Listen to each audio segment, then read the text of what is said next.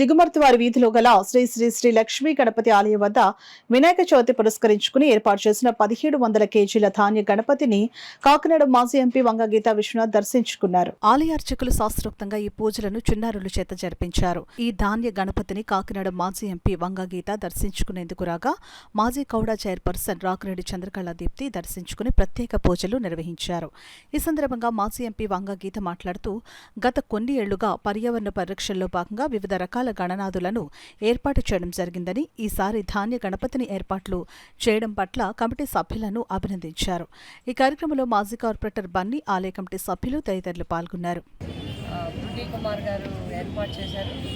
లక్ష్మీ గణపతి ఆలయాన్ని ఇక్కడ ఏర్పాటు చేయడం మాత్రమే కాకుండా సుమారు 11 సంవత్సరాలుగా ఇక్కడ అతిపెద్ద భారీ విగ్రహాన్ని, సుమారు 18 అడుగుల విగ్రహాన్ని ఏర్పాటు చేసి వివిధ రకాల వస్తువులతో గణపతిని ప్రతి సంవత్సరం తయారు చేయడం జరుగుతుంది.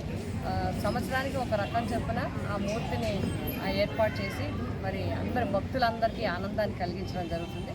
అదేవిధంగా ఈ సంవత్సరం కూడా మన చంద్రకళ దీప్తి గారు కానీ, కన్నా గారు కానీ, బన్నీ గారు కానీ మొత్తం అందరూ వారి యొక్క స్నేహితులు, వారి యొక్క బ్రూటీ కుమార్ గారి యొక్క అనుచరులు అందరూ కూడా అభిమానులు అందరూ కలిసి ఆ ఒక సాంప్రదాయాన్ని కొనసాగిస్తూ ఉన్నారు. ఆ విధంగా ఈసారి సుమారు మరి 700 కేజీల ధాన్యంతో 300 కేజీల బియ్యంతో కలిపి అతిపెద్ద భారీ ధాన్య గణపతి విగ్రహాన్ని తయారు చేయడం జరిగింది. నిత్యం పూజలు చేస్తూ లక్ష్మీ గణపతి ఆశీస్సులను అందరికీ భక్తులకి అందిస్తూ ఇక్కడ సాంస్కృతిక కార్యక్రమాలు కూడా ఏర్పాటు చేస్తూ చిన్నారులను కూడా మరి ప్రోత్సహించడం జరుగుతుంది.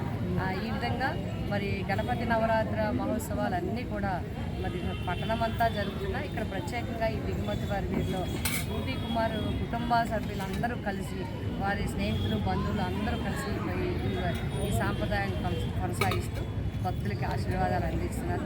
ఆ ధాన్య గణపతి అందరికీ కూడా ఆశీస్సులు అందించాలని, ప్రతి ఒక్కరికి కూడా శుభం కలిగేలాగా దీవెనలు ఇవ్వాలని అందరికీ గణపతి నవరాత్రి మహోత్సవ శుభాకాంక్షలు.